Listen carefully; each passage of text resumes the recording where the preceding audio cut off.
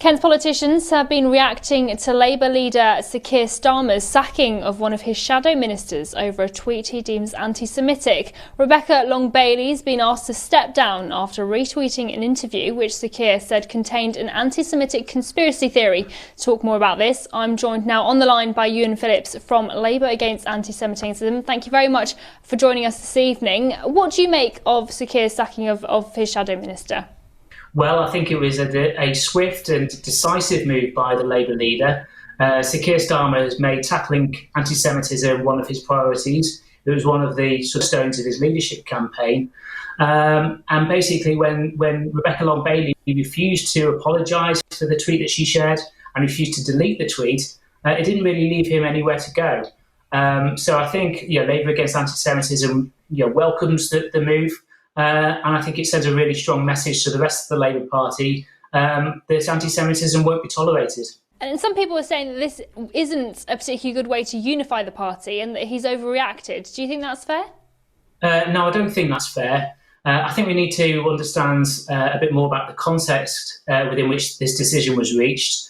Sir Keir Starmer has been very clear that he wants to tackle anti-Semitism in the Labour Party. It's a big issue. There's currently an investigation ongoing by the Equalities and Human Rights Commission into the Labour Party and its position with racism.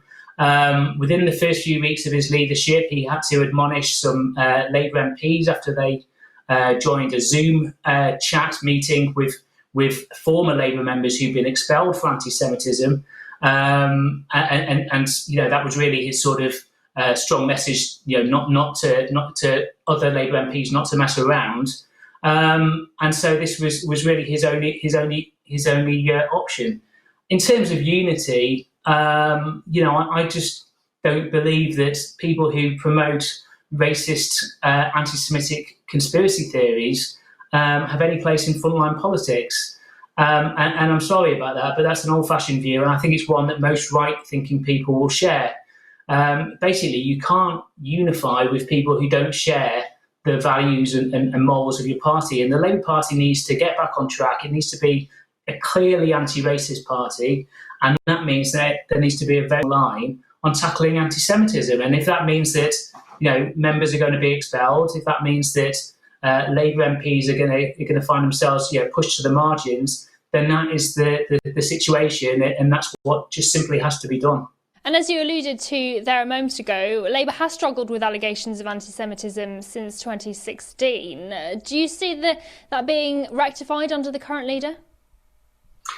Well, obviously, yesterday was a really, really important and significant step towards that. So obviously, it sends a really strong and serious message that Sir Keir Starmer wasn't going to tolerate senior figures promoting anti-Semitic views, and that's obviously a really good thing. But the rot is deep within the Labour Party. The rot of anti-Semitism is very deep. There's a very long way to go, and these are good early steps, but it's by no means the end of the journey, and there's a lot more work to do. There's a lot more, sort of fighting within the Labour Party to come.